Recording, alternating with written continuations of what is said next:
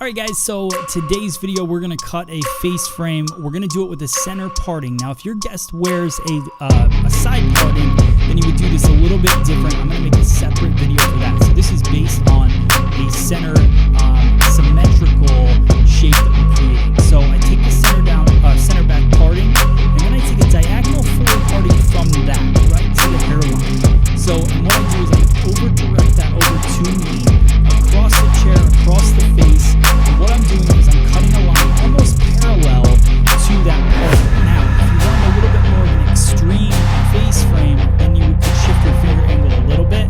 But the biggest thing that I want you to focus on is my elevation, because I don't cut this super low. A lot of people hold it nice and low. What that does is it creates weight. So just like in the back, if you go and you cut the back of the head and you have a low elevation, you get a heavy shape.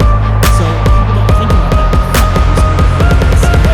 You want to hold the head nice and high and get a nice graduated shape in the front as opposed to a heavy shape. So you see that curves nice. Just continue all the way down the side until I run out of hair, and then you get your face frame. Now what I'm going to do is take a piece as my guide, and I'm going to do the same exact thing on the opposite side. So that's why I say this is a pretty simple technique. So long as you focus on elevation and your finger angle. So notice my finger angle isn't exactly parallel, so I just shift it a little bit. That gives me a little bit more of an extreme face frame, kind of wraps it around a little bit more. But at the same time, you could go parallel as well if you really want.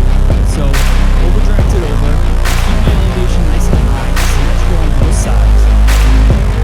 So notice my partings, nice and clean, taking about a half inch at a time. Over, across the face, cutting it a stationary guide, creating that kind of wrap on the face. So as I get to the ear, that's about when it starts to wrap.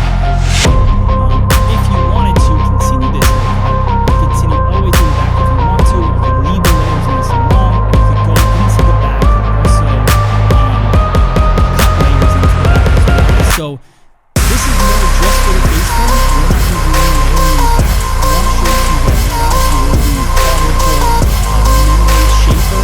This is one of the visible categories.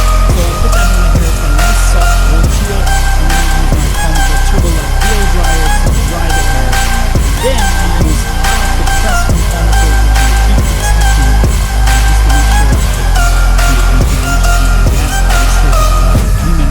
But if it was, I use hot off the press anyways, and then that gives me that smooth out effect. So at 80% dry, I use hot off the press, and that gives me kind of a smooth polish to the hair. And then when I go in with my Pro Tools iron, then I get that nice end result. So you can see here is our end result. Nice face frame. So I hope you guys like this cut. Let me know in the comments. I think this is a very